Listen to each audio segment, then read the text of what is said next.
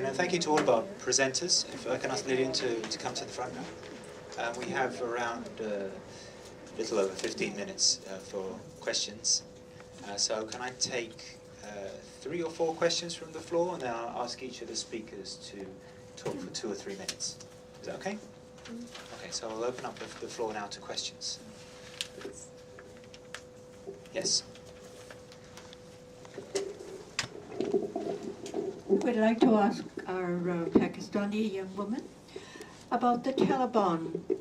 We have read Malala's book and the struggle that she had to get basic education and the price that she paid. I'd like to ask, what is your experience, your group and the young girls that you're working with? Are they in danger of being violated by the Taliban? Thank you. Before you answer that question, I'll take a couple of other questions. Yes? This is directed to Garden of Hope. I'm curious, how does your... Oh, Can hear her. I'm a local pastor, so I'm curious, for the Garden of Hope especially, how do you collaborate with, or do you, with churches in Taiwan or in whatever indigenous country you're working in? Okay, our CEO is here, so perhaps she can answer that question. Any other questions?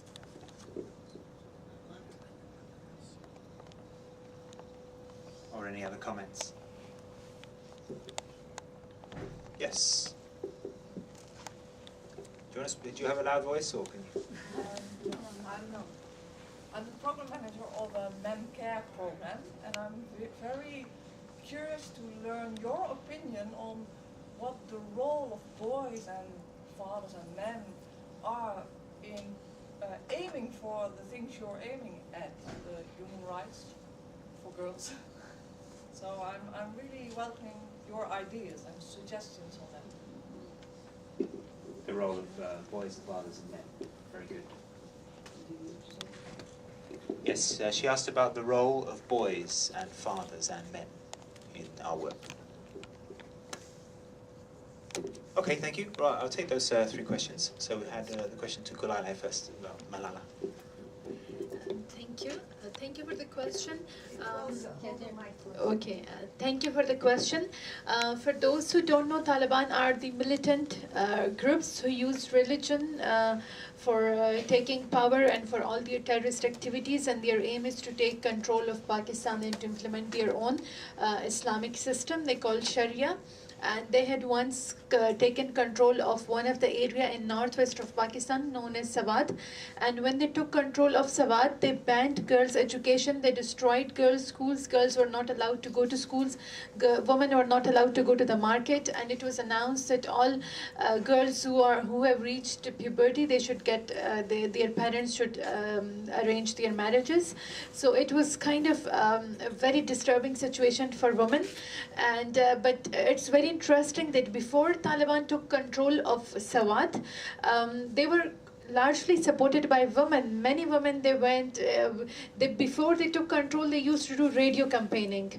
So their radio shows were very popular among women, and in each home, every woman used to have a radio and used to listen to the radio programs of those Taliban leaders.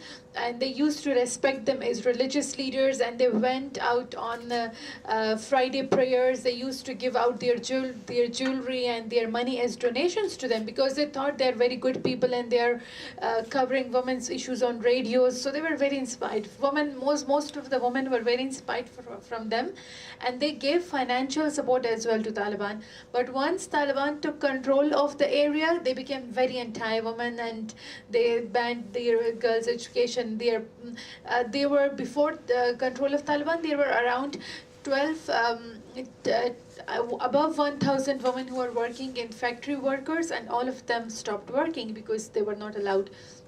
So that was the situation, and in that situation, Malala, when girls' education was banned, in that circumstances, she was still going to school, she was not wearing uniform, and she was still trying to get education. And when the conditions became very worst, they moved out of Sawat, but she wrote diaries for BBC, in which she was writing about her experiences and her feelings and her aims, and only though.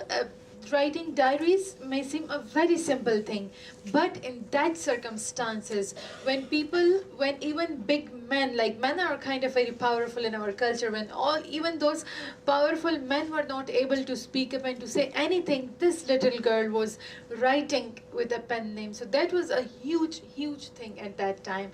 And when there was kind of peace, and she came out and she was recognized, and then she was attacked by militants as a punishment for why she's speaking for education. So and the risks are not only to Malala, but Malala became a symbol for us because she is the only one who survived the attack. Many others have been attacked, but they have died. And because they have died, their stories have died. So there, for example, Farida Afridi is one of the girls who was working in tribal areas. She was killed.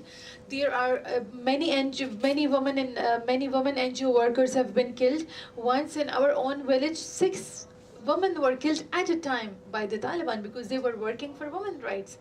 So there are polio workers are regularly attacked. Women polio workers are regularly attacked and killed in the country. So it's kind of, it's happening, and we are also at risk. We have been receiving threats. We have changed office a few times because of the threats. So we are also at risk, and it's kind of that we are waiting for our turn. We don't know when we will be killed. We might be attacked, we might be killed.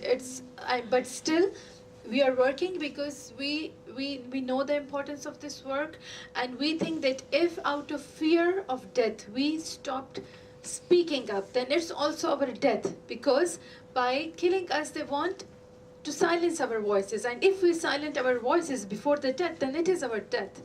So therefore we know the risk, we know it is life risk, but we think we don't have any other option.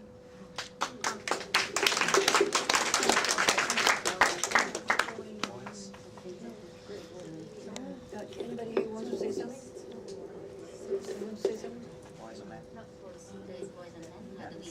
How do we involve boys and men? Well, in our country, in our work, we involve boys and men and even boy children. No, in all the activities. For example, there's a celebration of International Women's Month or other activities like. In relation to the launching of the laws related to the protection of women, so we make them aware. We go to the community. We make them aware that violence against women is not just an issue of girls or women, but they have to be part of the bigger advocacy to stop this kind of phenomena. Yeah, that's all we do. We involve them in the trainings also and in our advocacy work.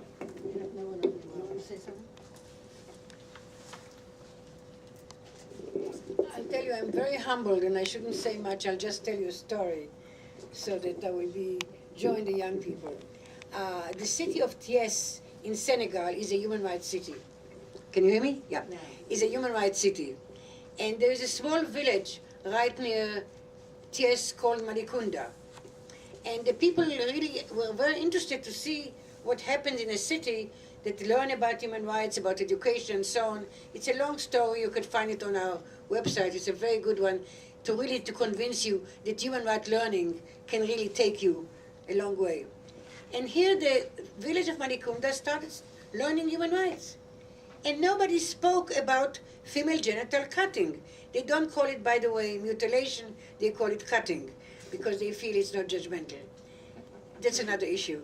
So they got together without anybody knowing that it's happening, and the whole village of 1,000 people made a pledge, men and women together, to stop female genital cutting. Nobody ever spoke about it. And a little girl was running on the stage as a woman was doing a mea culpa saying, I'm never going to cut girls anymore, blah, blah, blah. And the mother called her Sensen, Sensen. And a French journalist came to see this wonder of how a village is doing what they're doing. He said, why are you calling your daughter Sensen? What does it mean? He said, human rights. He said, why do you call your daughter human rights? She said, because she's the first girl in the village who was not cut.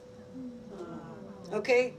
So that's the strength of it. And I'll never forget the doctor in Mali who after a seminar came to us and said, you know, when I give an injection to a child, I just learned here that I'm giving this child human rights. And more important, and for all of us who spoke about human rights, I want the mother to know that her child just received human rights.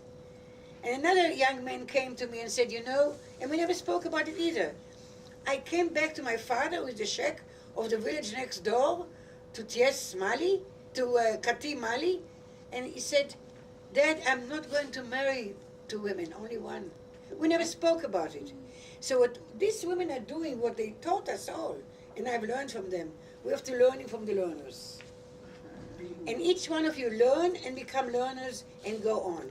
Because the only option we have to solve all the issues that the CSW and the post-2015, etc. are doing is to really have a world that's guided by human rights as a way of life. So, can we make a pledge? Can you allow us to make a pledge? Would we all get up? And then you will say your final words, okay? There's one more question. What? There's one more question. Well, okay. Okay, we'll make a pledge and then there'll be one more question. I'm sorry. I'm sorry. Hold hands. Okay, repeat after me. We are the human rights generation. We are the human rights generation. We will accept nothing less than human rights. We will accept nothing less than human rights. For all women, men, youth, and children. For all women, men, youth, and children. For those, we will know them and claim them. We will know them and claim them. From those who speak human rights. For those who speak human rights. But deny them to their own people. But deny them to their own people.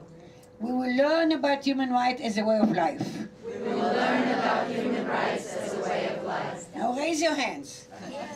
We will move power to human rights. We will move power to human rights. Okay.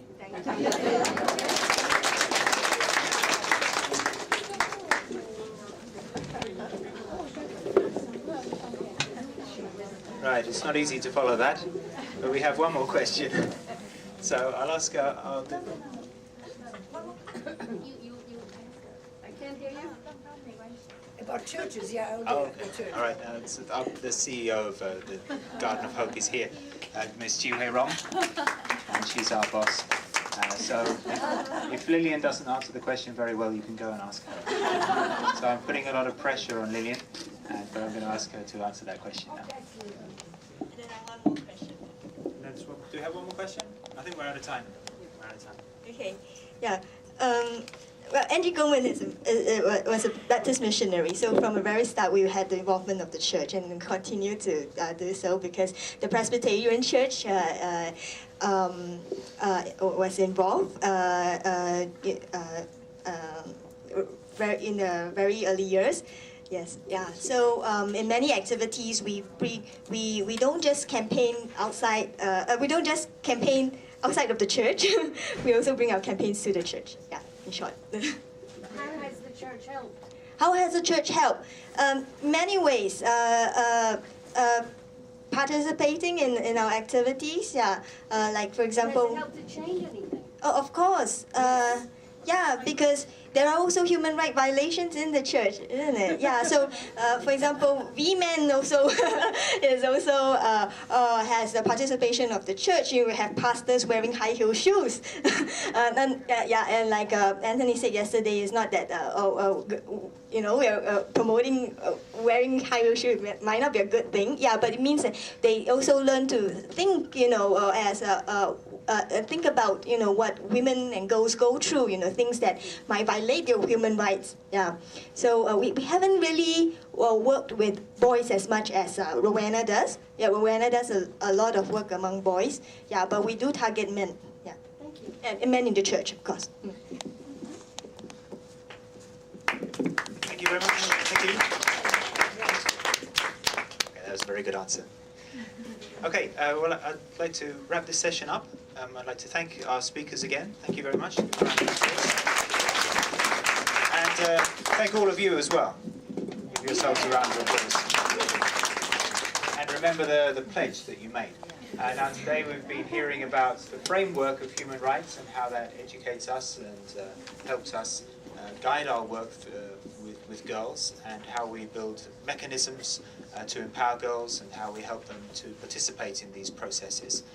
Now tomorrow, at the same time at 2:30, at the Salvation Army auditorium, we'll be holding another session, and we'll be hearing the stories of the girls themselves. So the girls will be able to talk about how they have taken part in this process. So I'd welcome you all to come back at 2:30 tomorrow at the Salvation Army. Thank you very much. Thank you.